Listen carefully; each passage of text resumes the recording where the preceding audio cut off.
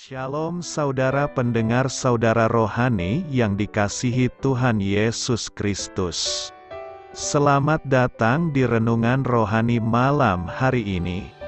Selamat malam, saya berdoa agar saudara sehat selalu. Semoga Roh Kudus hadir di tengah kita saat ini. Sebelum kita mulai renungan malam ini, marilah kita bersama-sama berdoa.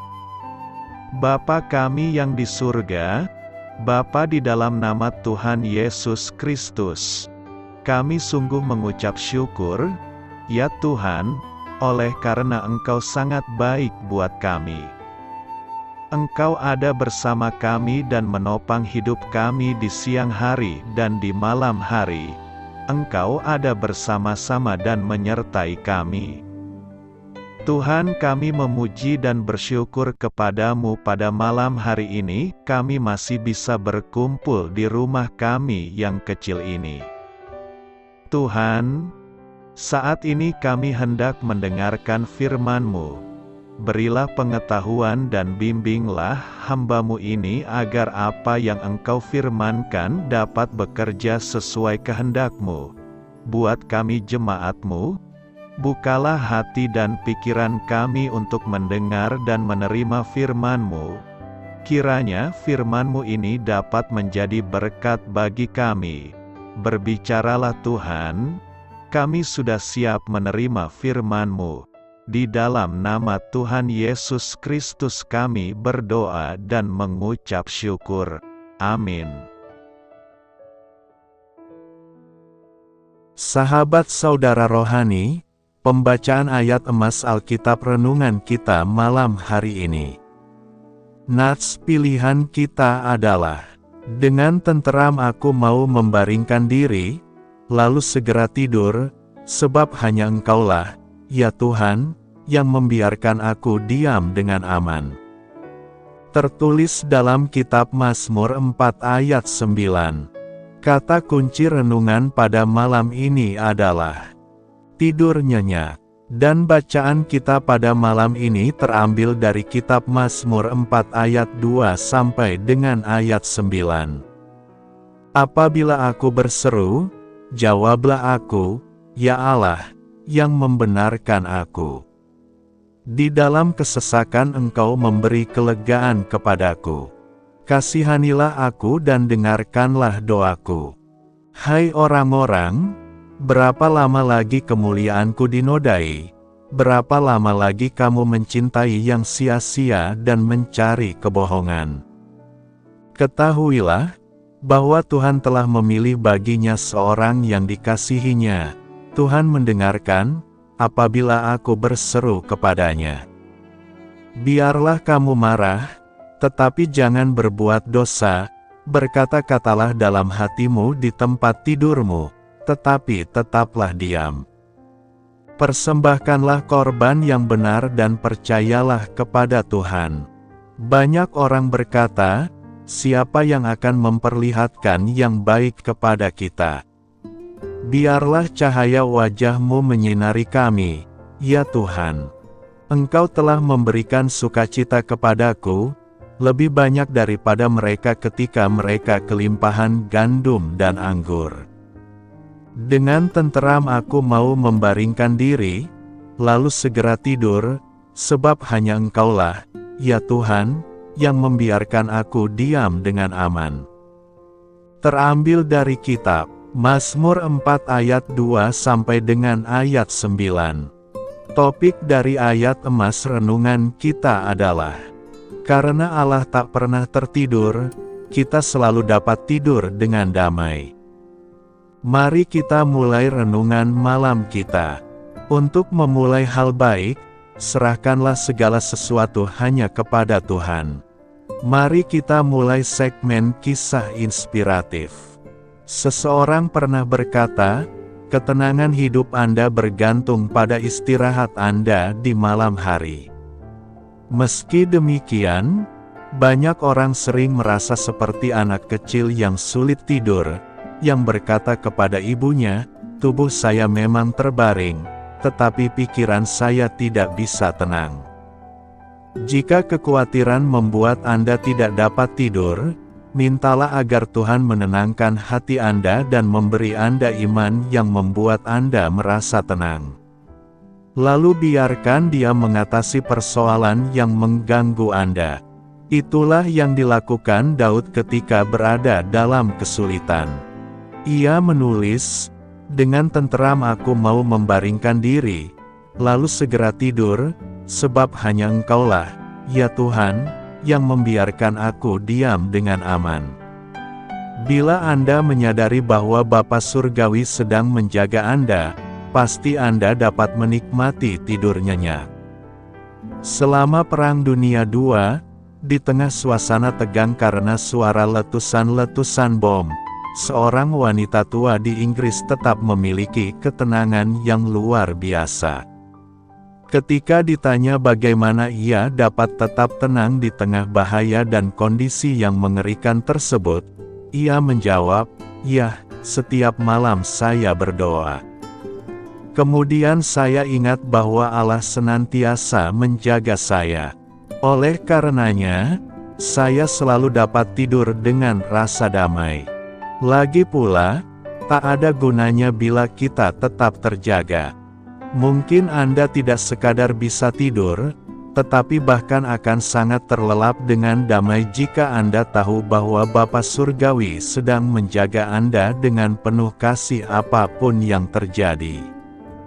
Tuhan memberikan sukacita. Mazmur 4 ayat 8 berkata, "Engkau telah memberikan sukacita kepadaku, lebih banyak daripada mereka ketika mereka kelimpahan gandum dan anggur." Tuhan adalah sumber sukacita. Sukacita yang diberikannya memiliki kualitas yang melebihi kualitas makanan, minuman, atau materi yang terbaik di dunia. Daud menyatakan bahwa sukacita dari Tuhan melebihi sukacita karena kelimpahan gandum dan anggur. Kelimpahan gandum berarti bangsa Israel tidak perlu takut akan kelaparan dan kemiskinan. Ini menjadi jaminan bagi hidup mereka ke depannya. Kelimpahan anggur berarti mereka tidak akan kekurangan minuman yang menyukakan hati. Anggur sangat sering dipakai di Israel dalam acara-acara sukacita seperti pernikahan.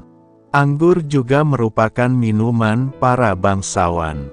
Sampai saat ini pun minuman anggur tetap menjadi salah satu minuman terfavorit di dunia.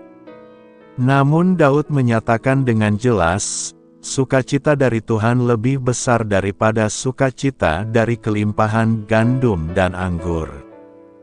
Dari nas ini tergambar jelas bahwa Daud menerima sukacita dari Tuhan melebihi dari sukacita orang yang menerima panen melimpah.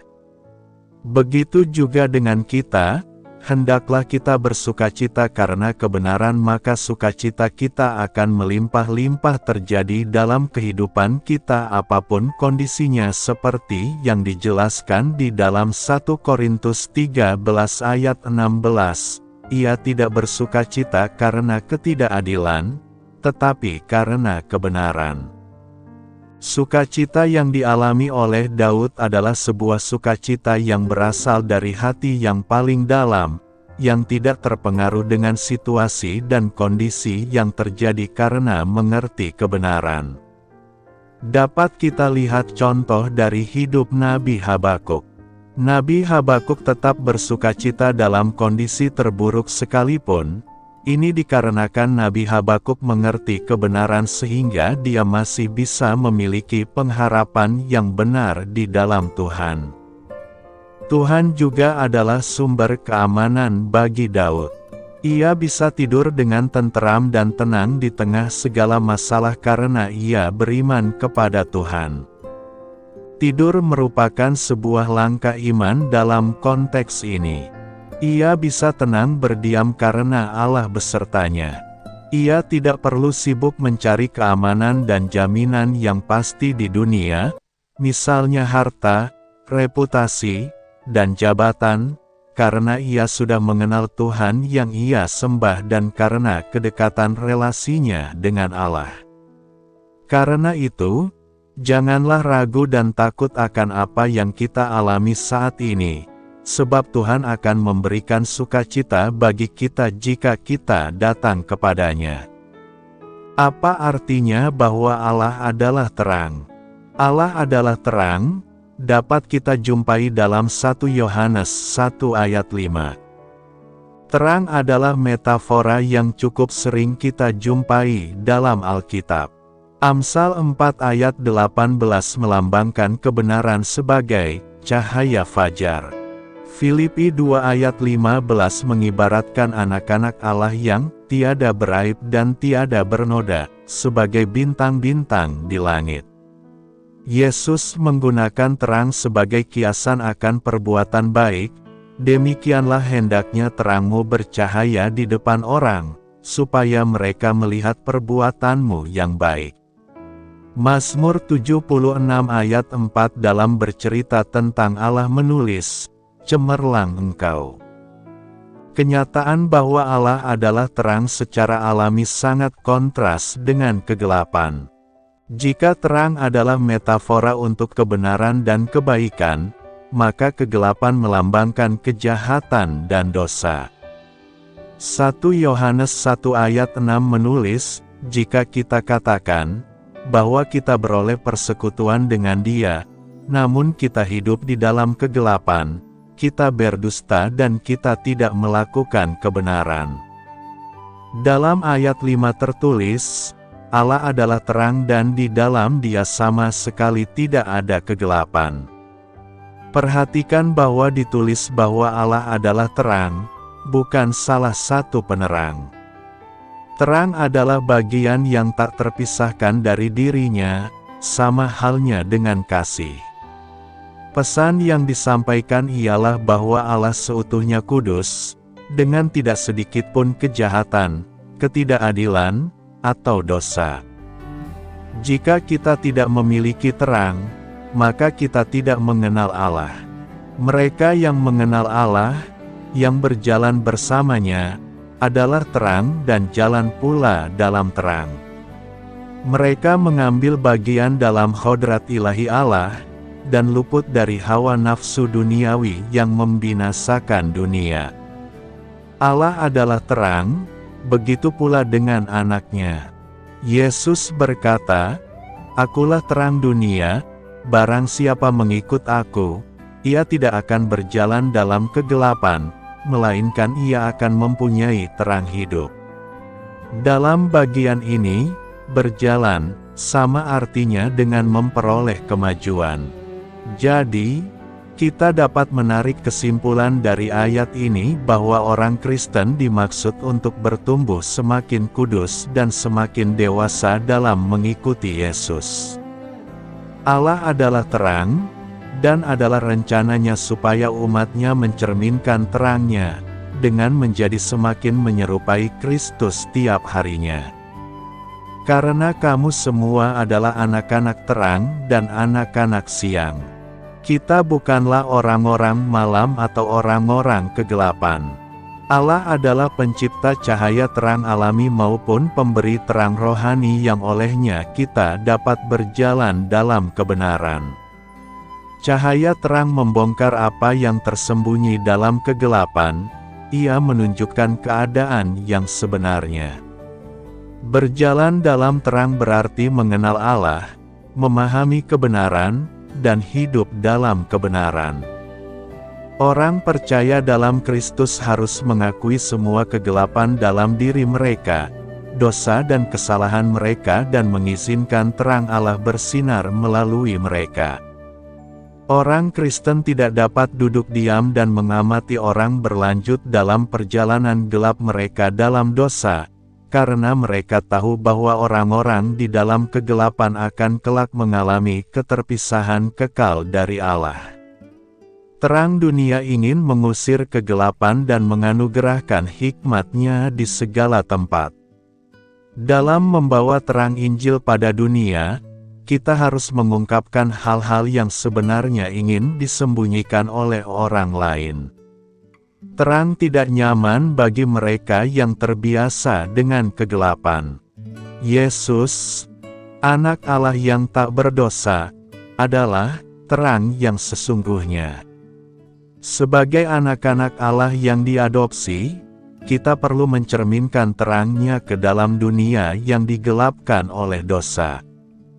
Tujuan kita dalam bersaksi pada orang yang belum selamat adalah untuk membuka mata mereka, supaya mereka berbalik dari kegelapan kepada terang dan dari kuasa iblis kepada Allah. Tuhan mendengarkan seruan umat-Nya. Tema khotbah yang akan kita renungkan, Tuhan mendengarkan seruan umat-Nya.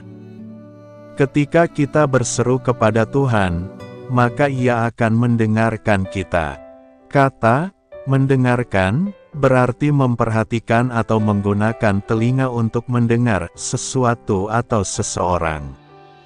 Oleh karena itu, tindakan mendengarkan bersifat sukarela dan menyiratkan niat dari pihak subjek, tidak seperti mendengar, yang secara sederhana berarti melihat melalui telinga suara atau apa yang seseorang katakan. Dalam bahasa Ibrani, kata yang digunakan adalah sama, yang digunakan 1160 kali dalam Alkitab. Pada dasarnya kata kerja ini berarti mendengarkan dengan telinga. Ada dua istilah dalam bahasa Inggris untuk kata mendengar, yaitu to listen dan to hear. Dua kata ini memiliki arti yang berbeda. Listening menunjukkan sebuah aktivitas yang disengaja, artinya secara aktif mencoba untuk mendengar, memahami, dan memerhatikan apa yang didengar. Ketika seorang anak mendengar orang tuanya berbicara kepadanya, ia dituntut untuk mendengarkan dengan maksud untuk mengerti, memahami perkataan orang tuanya. Istilah kedua, hearing adalah sesuatu yang terjadi tanpa ada upaya kesengajaan dalam melakukannya. To hear adalah mendengar dengan tidak disengaja, tidak untuk memahami. Ketika seseorang mendengar bunyi petir atau tangisan bayi, ia tidak merencanakan atau sengaja untuk mendengarnya. Dalam teks khotbah hari ini kata yang digunakan lebih mengarah pada to listen. Allah mendengar seruan kita. Allah mendengar, memahami, dan memerhatikan apa yang kita serukan dan mohonkan kepadanya. Seruan kepada Tuhan menunjukkan satu permohonan yang sangat mengharapkan pertolongan Tuhan. Dan Allah kita adalah Allah yang selalu mendengar seruan umat-Nya. Bahkan, Tuhan dekat pada setiap orang yang berseru kepadanya, pada setiap orang yang berseru kepadanya dalam kesetiaan. Terhadap orang yang berseru kepada Tuhan, Tuhan berjanji untuk menjawab doa-doanya dan bahkan memberikan kelegaan, seperti yang tertulis dalam Mazmur 118 ayat 5, dalam kesesakan aku telah berseru kepada Tuhan. Tuhan telah menjawab aku dengan memberi kelegaan. Mazmur 4 ini mengetengahkan tentang seruan Daud kepada Tuhan. Dan seruan ini merupakan doa Daud dan menjadi mazmur yang akan dinyanyikan oleh pemimpin biduan. Apabila aku berseru, jawablah aku, ya Allah, yang membenarkan aku. Di dalam kesesakan Engkau memberi kelegaan kepadaku. Kasihanilah aku dan dengarkanlah doaku. Ini adalah permohonan Daud, karena ia sadar bahwa perkenanan dan jawaban Tuhan atas doa-doanya bisa terjadi bukan karena siapa Daud atau apa yang telah dilakukan Daud, tetapi murni karena belas kasihan Tuhan. Jika kita dalami perikope ini, maka kita akan menemukan ada dua hal yang diserukan lebih lanjut oleh Daud di sini, yakni: pertama, Engkaulah Allah yang membenarkan aku. Tuhan bukan saja Allah yang benar, tetapi juga yang menciptakan sifat-sifat benar dalam diri Daud, dan dengan anugerahnya telah menjadikan Daud sebagai orang benar. Bahkan Tuhan pun yang akan memunculkan kebenaran Daud seperti terang. Dialah Allah yang membenarkan orang yang percaya kepadanya. Kedua, di dalam kesesakanku dulu Engkau memberi kelegaan kepadaku. Bahwa Tuhan telah melapangkan hati Daud dengan sukacita dan penghiburan yang kudus saat hatinya sesak. Tuhan telah memberikan kelegaan kepada Daud dengan membawanya keluar dari segala kesesakan. Pengalaman kelegaan dalam kesesakan inilah yang akan menjadi dasar untuk terus berharap dan percaya kepada karya Tuhan di masa depan. Apa yang Daud alami dan serukan kepada Tuhan juga berlaku buat kita yang percaya sampai saat ini. Kita berseru kepada Tuhan, memanggil Tuhan, menandakan bahwa A. Kita adalah orang yang lemah di hadapan Tuhan. B. Kita adalah orang yang tidak berdaya di hadapan Tuhan. Sebaliknya, kalau kita tidak berseru kepada Tuhan, menandakan bahwa kita adalah orang yang bisa mengatasi semua persoalan, semua pergumulan, dan semua penderitaan. Dan kata Alkitab, celakalah orang yang mengandalkan dirinya sendiri, tetapi diberkatilah orang yang mengandalkan Tuhan pada semua aspek hidupnya. Karenanya, berserulah kepada Tuhan dimanapun, kapanpun kita berada. Pertanyaan kita selanjutnya adalah bagaimana kita bisa yakin bahwa Tuhan mendengar doa kita dan menjawabnya. Perikope khotbah ini memberikan sebuah gambaran singkat bagaimana Tuhan bekerja menolong dan mendengar umat-Nya yang berada dalam kesulitan. Ada 3 hal yang harus kita lakukan agar Tuhan mendengar doa dan seruan kita, yakni: pertama, kita harus berseru kepada Tuhan, agar Ia menjawab kita. Bila kita berseru kepada Tuhan, Ia akan menjawab.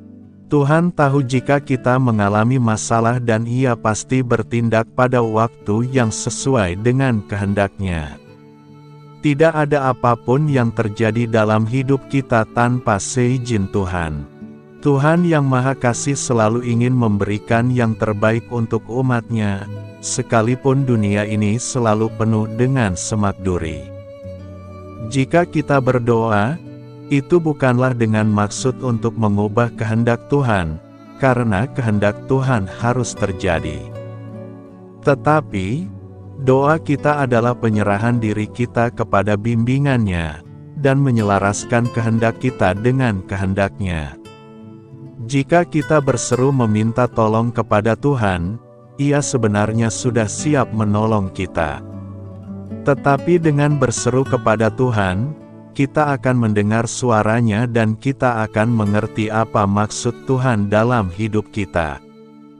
Dan inilah keberanian percaya kita kepadanya, yaitu bahwa Ia mengabulkan doa kita, jikalau kita meminta sesuatu kepadanya menurut kehendak-Nya.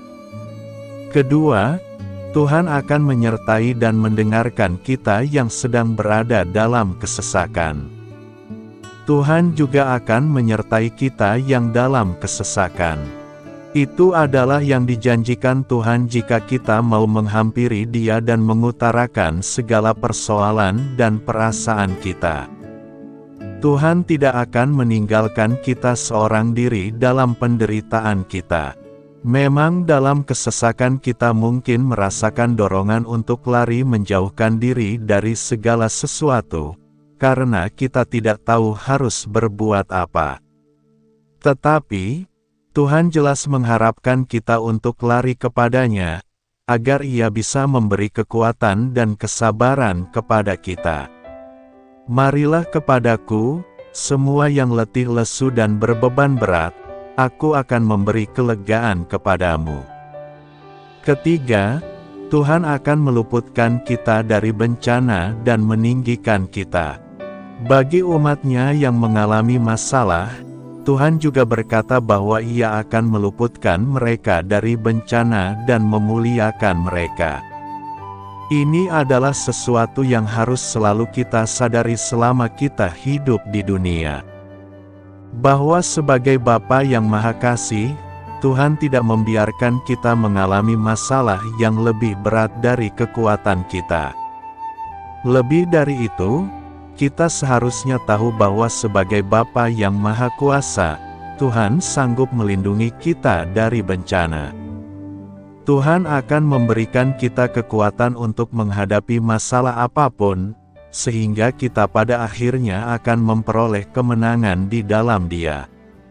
Dan bukan hanya itu saja, kita malah bermegah juga dalam kesengsaraan kita, karena kita tahu bahwa kesengsaraan itu menimbulkan ketekunan, dan ketekunan menimbulkan tahan uji, dan tahan uji menimbulkan pengharapan.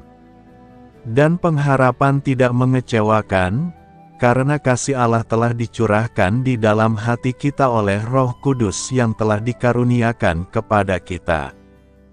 Jika kita mendalami lagi bukti dalam kitab suci, maka kita akan menemukan bukti bahwa Tuhan selalu mendengar umat-Nya. Misalnya, Tuhan mendengar seruan orang Israel. Aku telah memperhatikan dengan sungguh kesengsaraan umatku di tanah Mesir, dan aku telah mendengar seruan mereka yang disebabkan oleh pengerah-pengerah mereka. Ya, aku mengetahui penderitaan mereka. Sekalipun pada waktu itu keturunan Israel sudah lama sekali tidak melihat karya dan pekerjaan Tuhan, dan mereka sangat menderita dengan perbudakan yang begitu mengekang mereka. Namun Tuhan mendengar seruan mereka dan Tuhan merencanakan pembebasan mereka sebagaimana Ia telah janjikan kepada Abraham. Apa yang dapat kita percayai adalah dalam keadaan yang sangat menekan, dalam segala penderitaan yang kita sedang alami, Tuhan mendengar seruan kita dan Ia akan membebaskan kita sebagaimana Ia janjikan dalam firman-Nya. Tuhan mendengar jeritan hati Hana. Pernahkah kita mengalami tekanan yang sedemikian berat dalam hidup sampai-sampai kita sulit untuk menceritakannya bahkan kepada Tuhan? Hana pernah mengalaminya. Hana mengalami tekanan batin bertahun-tahun yang ia alami karena perlakuan Penina, istri suaminya. Tekanan itu sedemikian berat hingga tak terkatakan, namun Tuhan mendengar dan menjawab doa Hana. Tuhan mengizinkan ia melahirkan Samuel yang dikemudikan hari dipakai Tuhan mengurapi dua raja Israel, Saul dan Daud. Tuhan mendengar seruan doa umat-Nya. Ada begitu banyak ayat yang mencatat janji ini, misalnya, dan umatku, yang atasnya namaku disebut, merendahkan diri, berdoa dan mencari wajahku, lalu berbalik dari jalan-jalannya yang jahat, maka aku akan mendengar dari sorga dan mengampuni dosa mereka, serta memulihkan negeri mereka. Hal yang senada juga diungkap dalam Mazmur 91 ayat 15, Mazmur 66 ayat 19, dan masih banyak lagi. Jangan pernah meragukan Dia. Dalam pergaulan sehari-hari, mungkin kita mengalami kekecewaan karena sepertinya Tuhan tidak mendengar atau menjawab doanya, padahal belum tentu demikian. Perlu diingat bahwa itu bukanlah kesalahan Tuhan. Dia tidak pernah berdusta dan mengingkari janji-janjinya. Percayalah dan tetaplah berdoa, sebab Ia mendengarkan. Renungkan, apa yang hendak kita renungkan pada hari ini? Pertama, Tuhan pasti mendengarkan semua seruan kita jika kita beriman yang teguh kepada-Nya.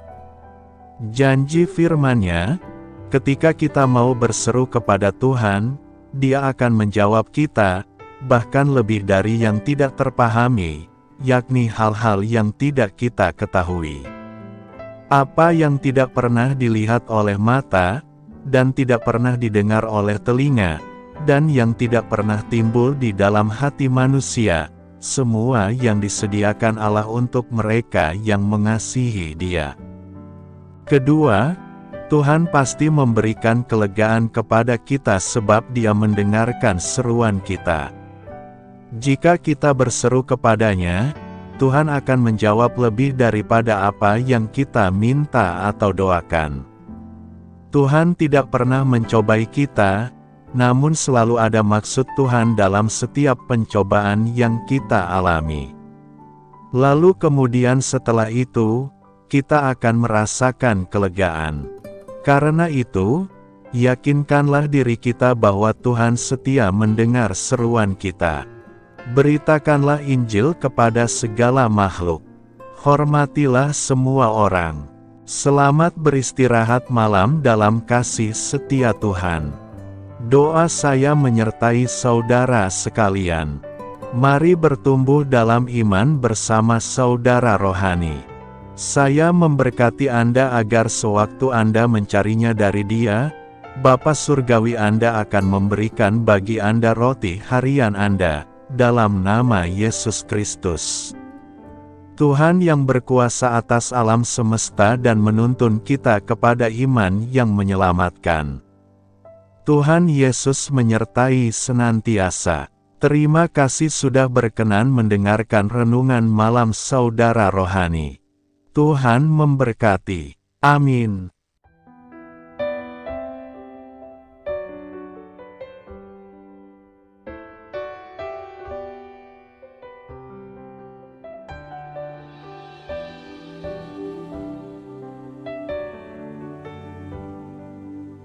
Marilah kita renungkan, sahabat saudara rohani, demikianlah renungan firman Tuhan malam hari ini.